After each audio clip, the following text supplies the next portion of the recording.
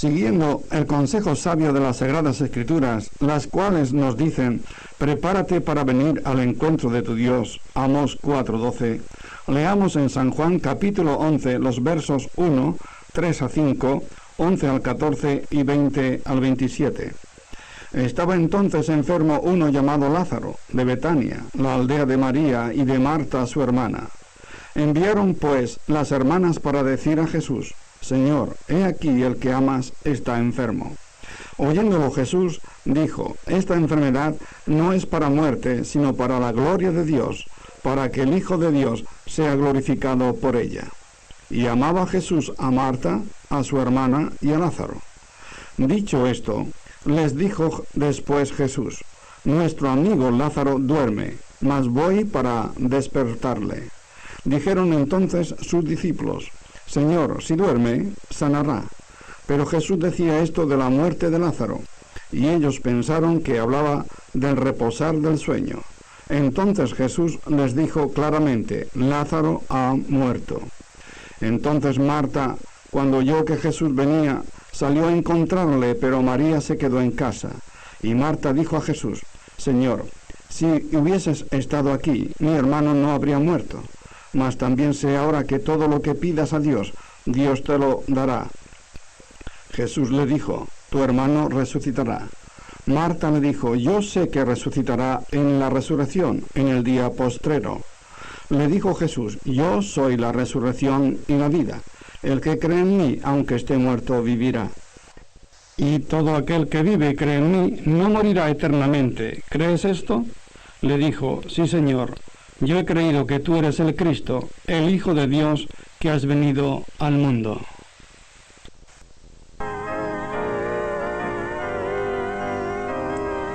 El viejo predicador. Hablar de la muerte no es muy agradable, pero sí saludable, ya que nos hace más sensatos, porque nos damos cuenta que la vida que hoy disfrutamos, mañana se puede marchar.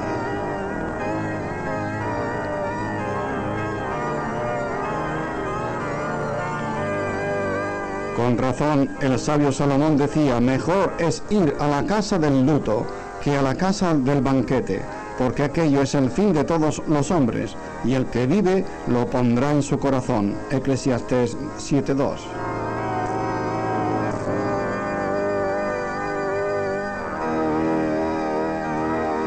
Solo cuando un ser cercano y querido se muere, es cuando nos damos cuenta un poco de lo frágil y leve que es la vida.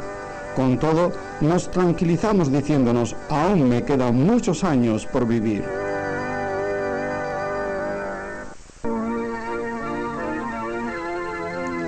Pero el sabio Salomón sigue diciéndonos: no hay hombre que tenga potestad sobre el espíritu para retener el espíritu, ni potestad sobre el día de la muerte, y no valen armas en tal guerra. Eclesiastés 8:8.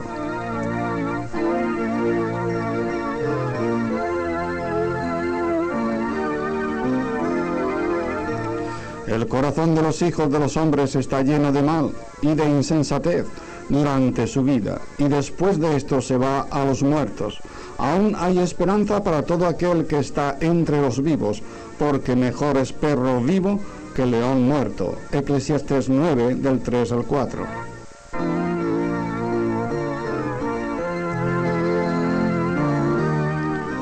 La vida, amigo, no acaba con la muerte, pues somos eternos, y por lo tanto es de vital importancia que ahora reflexionemos y nos pongamos a cuentas con Dios, pidiéndole el perdón de nuestros pecados por Jesucristo, antes que sea demasiado tarde.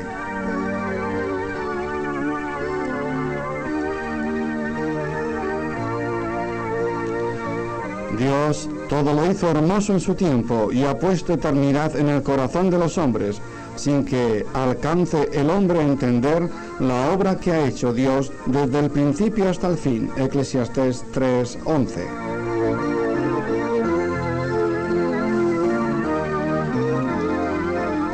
Dios nos dice: convertíos, hijos de los hombres, 1000 años delante de sus ojos son como el día de ayer que pasó, y como una de las vigilias de la noche.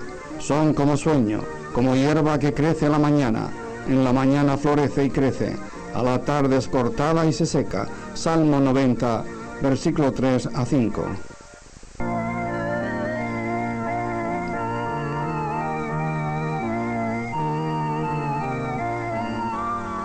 Acabamos nuestros años como un pensamiento, sigue diciéndonos el salmista. Los días de nuestra edad son 70 años, y si en los más robustos son 80, con todo su fortaleza es molestia y trabajo, porque pronto pasan y volamos. Salmo 90, del 9 al 10.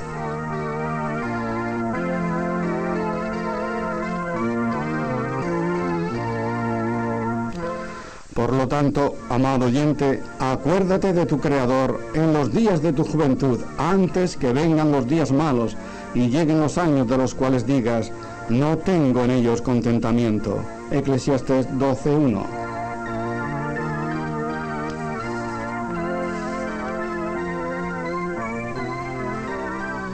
Un antiguo tratado escrito por C.A.C. decía: a todo amante de la verdad le gusta oír hablar a un buen predicador, a un predicador fiel y valiente que no tema decir la verdad. Pero tales predicadores no abundan en nuestros días.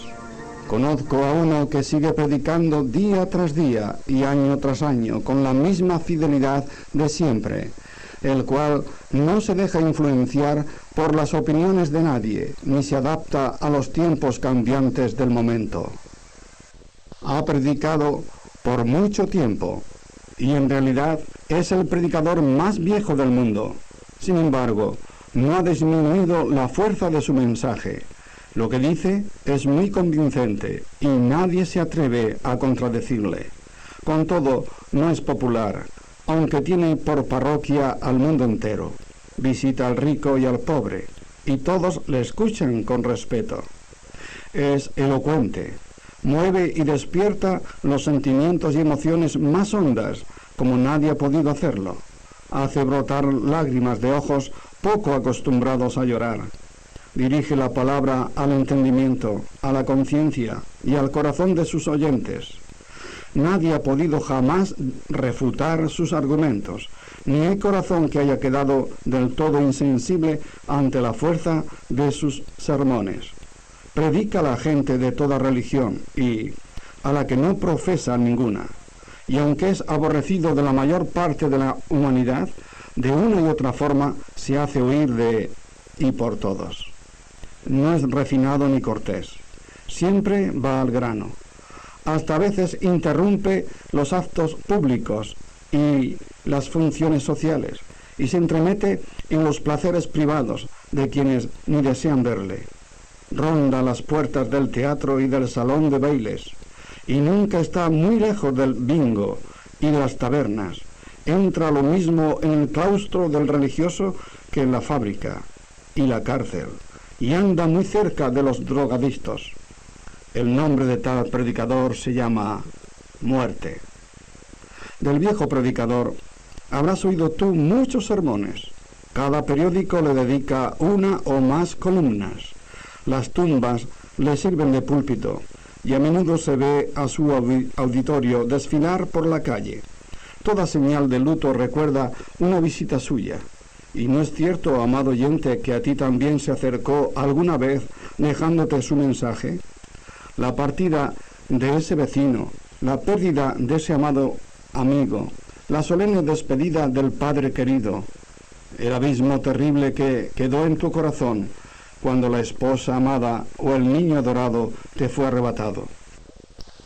Todos estos fueron llamamientos solemnes del viejo predicador, y un día, quizás muy pronto, podría tomarte a ti por texto y en el círculo de tu familia atribulada podría estar predicando a otros.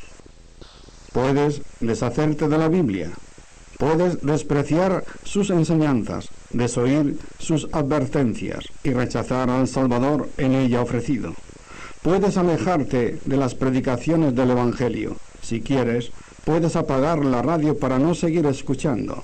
Pero aunque te deshagas de la Biblia y de sus servidores, te pregunto, ¿qué harás con el viejo predicador del cual te estoy hablando? ¿Tienes algún plan para jubilarlo? ¿O esperas que la ciencia y la cultura le harán desistir de sus molestas prédicas? Amado oyente, has de saber que la muerte, este viejo predicador, ha permanecido indiferente a los acontecimientos y opiniones de miles de años, y no es probable que ahora cambie. Considera, oh mortal, la perspectiva que está delante de ti. Pronto tu pequeña vida habrá pasado, tus placeres y preocupaciones habrán terminado, y todo lo terrenal habrás dejado atrás para siempre. Tú sabes que tienes que morir, ¿no es cierto? Pero ¿cuándo será? Debes reconocer que es cosa que puede suceder a cualquier edad y sin previo aviso. Esto lo ha dicho el viejo predicador muchas veces. ¿Cómo morirás tú?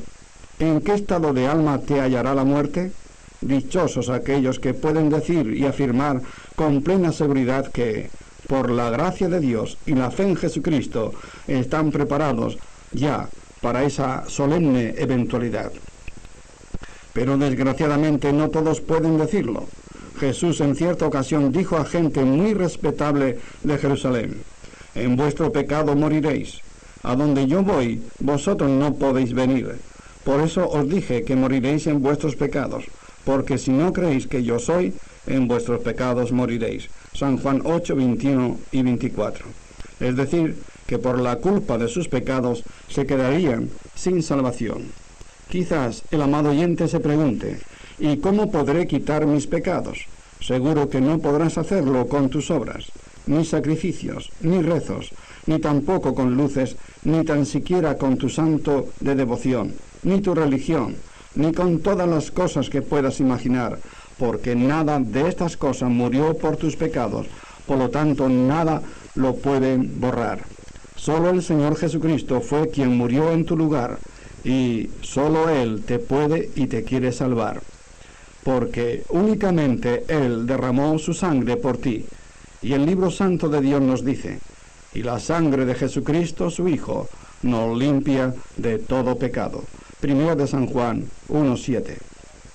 La Biblia, la bendita palabra de Dios, también nos habla de otra manera de morir, de aquellos que conforme a la fe murieron, Hebreos 11:13. Y es la de aquellos a los cuales se les dice: bienaventurados de aquí en adelante los muertos que mueren en el Señor, Apocalipsis 14:13. Estos son los que, reconociéndose pecadores y necesitados de salvación, han mirado por la fe a Cristo, el Salvador, que murió para librarlos de la condenación que nuestros pecados han merecido, y han hallado en Él perfecta paz y seguridad. Por eso te hago la pregunta: ¿cómo morirás tú? ¿Con miedo o con la seguridad de tu salvación? Amado oyente, esto es algo que tú debes tener muy claro, ya que en esto te juegas la eternidad feliz y dichosa, o la eternidad de tinieblas y lloro con crujir de dientes. Al principio de este espacio radiofónico leíamos sobre la enfermedad y muerte de Lázaro, y cómo al enterarse Jesús se dirigió hacia Betania. Y Marta, cuando oyó que Jesús venía, salió a encontrarle, y dijo a Jesús: Señor, si hubieses estado aquí, mi hermano no habría muerto. San Juan 11:21. Lo mismo diría su hermana María. Sin embargo, el Señor, cuando le llegó el aviso de la gravedad de Lázaro, dijo: esta enfermedad no es para muerte, sino para la gloria de Dios, para que el Hijo sea glorificado por ella. San Juan 11:4. Quizás el amado oyente se pregunte: ¿por qué dijo Jesús que esta enfermedad no es para muerte si Lázaro murió? Porque para Dios la muerte tiene otro significado al que nosotros le damos. Para nosotros la muerte es el final de la vida y de todo, pero para Dios solo significa separación. Y realmente eso es la muerte. De manera que cuando alguien muere, lo único que sucede es que la persona se separa de nosotros, y su alma y su espíritu se separan de su cuerpo. Y cuando esto ocurre, se produce la muerte. Pero la persona sigue viviendo en el más allá, tal como el Señor nos lo contó con la historia del rico y Lázaro, en San Lucas 16, 19 al 31. El rico estaba en un lugar de tormento y Lázaro en el paraíso. ¿Que por qué se sigue viviendo en el más allá? Bueno, es fácil de contestar. Porque fuimos formados conforme a la semejanza de Dios. Y como Dios es eterno, de una forma relativa, nosotros también lo somos. Tenemos principio, pero jamás fin. De ahí la importancia de creer y aceptar todo lo que la palabra de Dios nos dice sobre la salvación. Amado oyente, lo creas o no, eso no va a cambiar las cosas. Por lo tanto, por tu bien, te conviene tomarte en serio lo que Dios trata de decirte a través de su palabra. En la palabra de Dios queda demostrado que existen 3 clases de muertes: la muerte física, la muerte espiritual y la muerte eterna. La muerte física, todos la conocemos, pues ¿quién no ha acompañado a un vecino, amigo o familiar a la sepultura? Dicha muerte nos viene a causa del pecado, como bien lo dice San Pablo, porque la paga del pecado es muerte, Romanos 6:23. Es decir, la causa por la que enfermamos y morimos es el pecado. Es por eso que en todas las ciudades, pueblos y aldeas del mundo existen los cementerios, porque tanto en las capitales como en las villas y en los suburbios, en ellos vivimos pecadores. De manera que si el pecado no hubiera entrado al mundo, jamás hubiéramos muerto. Es posible que algún amado oyente se pregunte, pero de no existir la muerte, ya no cogeríamos en el mundo, porque seríamos muchos miles de millones de personas sobre el planeta. El que no muriéramos no quiere decir que viviéramos aquí para siempre, sino que viviríamos los años que Dios quisiera en este mundo, y cuando hubiéramos cumplido nuestro ministerio y también nuestro aprendizaje, Dios nos llevaría con él, sin pasar por la angustia de la muerte, como hizo con Enoc y con Elías, los cuales pasaron a la presencia de Dios sin necesidad de tener que morir. De Enoc se nos dice: y fueron todos los días de Enoc 365 años. Caminó pues Enoc con Dios y desapareció, porque le llevó Dios. Génesis 5, 23 a 24. Y en el Nuevo Testamento nos sigue diciendo: por la fe Enoc fue traspuesto para no ver muerte, y no fue hallado, porque lo traspuso Dios, y antes que fuese traspuesto, tuvo testimonio de haber agradado a Dios. Hebreos 11:5. Y de Elías se dice que iba conversando con Eliseo, otro profeta, y he aquí un carro de fuego con caballos de fuego apartó a los dos, y Elías subió al cielo en un torbellino. Segunda de Reyes 2:11. Así que recordamos que la muerte física es igual a la separación de nuestro espíritu y alma del cuerpo. De ello tenemos un ejemplo muy claro en el Sagrado Libro de Dios en Primera de Reyes 17, donde se relata la muerte del hijo de la viuda de Sarepta de Sidón, y cómo ésta se lo lleva al profeta Elías, el cual, clamando a Yahvé, dijo: Yahvé, Dios mío, aún a la viuda en cuya casa estoy hospedado, ¿has afligido, haciéndole morir su hijo? Yahvé, Dios mío, te ruego que hagas volver el alma de este niño a él. Y Yahvé oyó la voz de Elías, y el alma del niño volvió a él y revivió. Primera de Reyes 17, 20, 22. Quedando confirmado que cuando uno muere el alma se marcha, y si el niño revivió, fue porque Dios le devolvió el alma. Esto es un ejemplo rotundo y evidente de que el alma no es la sangre, como algunos dicen, ya que cuando alguien muere, no es la sangre lo que sale, sino el alma, pues las Escrituras puntualizan que el alma del niño volvió a él, no que volvió la sangre y entonces revivió. Compadezco a todos aquellos que de buena fe se han dejado arrastrar por doctrinas antibíblicas y que sus enseñadores las interpretan parcial y arbitrariamente, los cuales, en su ignorancia, llegan hasta el extremo de perder a seres queridos por no consentir en hacerle una transfusión de sangre. Me conduelo con ellos, porque sé que lo pasan muy mal.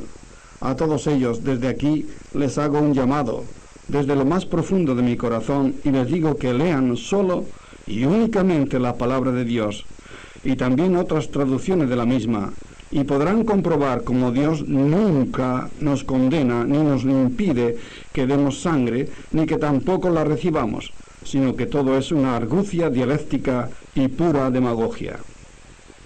Es posible que leas algún pasaje en el que puedas entender que Dios prohíbe comer sangre, pero que comas o no sangre no solo no es pecado, sino que a nadie perjudicas. Pero el dar sangre o el recibirla a muchos beneficios. Si tú, amado oyente, eres uno de los que creen que es pecado dar o recibir sangre porque es el alma, te encarezco a que pienses un poco y razones. Si Cristo dio toda su sangre por nosotros, ¿cómo nosotros, sus discípulos, podemos negarnos a dar 300 gramos de tan precioso líquido, el cual se recupera en pocos días, para darlo a nuestros semejantes? ¿Tú te imaginas a Cristo negándose a dar sangre a su prójimo? Son muchos los textos bíblicos que podría ofrecerte, para que vieras que la sangre es algo material y muy distinta al alma, que es espiritual. He aquí un ejemplo. Cuando el Señor estuvo por última vez en el Getsemaní, dijo: mi alma está muy triste hasta la muerte. San Mateo 26, 38. Si alma es igual a sangre, entonces Jesús dijo: mi sangre está triste hasta la muerte. Y yo pregunto, ¿es que la sangre tiene sentimientos? Tú mismo puedes ver lo absurdo que resulta. Acabamos de estudiar lo que es la muerte física, la separación de nuestra alma del cuerpo, y ahora, Dios mediante, meditaremos sobre la muerte espiritual, la cual es la separación de la persona con Dios, a causa de sus pecados, no confesados al Señor. El hombre espiritualmente muerto es aquel que respira y trabaja, pero al no aceptar al Señor como Salvador, vive en constante peligro porque está muerto para Dios. Así eran los creyentes de Éfeso, y San Pablo les recuerda y les dice: y Él, Jesucristo, os dio vida a vosotros cuando estabais muertos en vuestros delitos y pecados. Efesios 2:1. Solo y únicamente Cristo puede dar vida a los muertos, porque Él dijo: yo soy la resurrección y la vida. El que cree en mí, aunque esté muerto, vivirá. San Juan 11:25. ¿Te has dado cuenta, amado oyente, qué es lo que dijo Cristo? No dijo: yo seré la resurrección, sino: yo soy la resurrección. Él quiere y puede resucitar tu alma. Esa es la salvación, y esa es la esencia del Evangelio. También Jesús dijo: de cierto os digo, el que oye mi palabra y cree al que me envió, tiene vida eterna, y no vendrá condenación, mas ha pasado de muerte a vida. San Juan 5:24. ¿Te has fijado? Ha pasado de muerte a vida. Amado oyente, no permanezcas muerto en tus delitos y pecados, pues corres un gravísimo peligro. Y la muerte eterna es la suma de muerte espiritual más muerte física. Es igual a muerte eterna. Así que una persona que vive sin saber que es salva es una muerte espiritual. Y si en ese estado muriera físicamente, entonces la suma de las dos muertes sería la muerte eterna, o sea, el infierno o eterna separación de Dios. Espero, amado oyente, que todo lo dicho te haga pensar, y a tiempo vengas a aquel que dijo: yo soy el camino y la verdad y la vida. Nadie viene al Padre sino por mí. San Juan 14:6. Que el Señor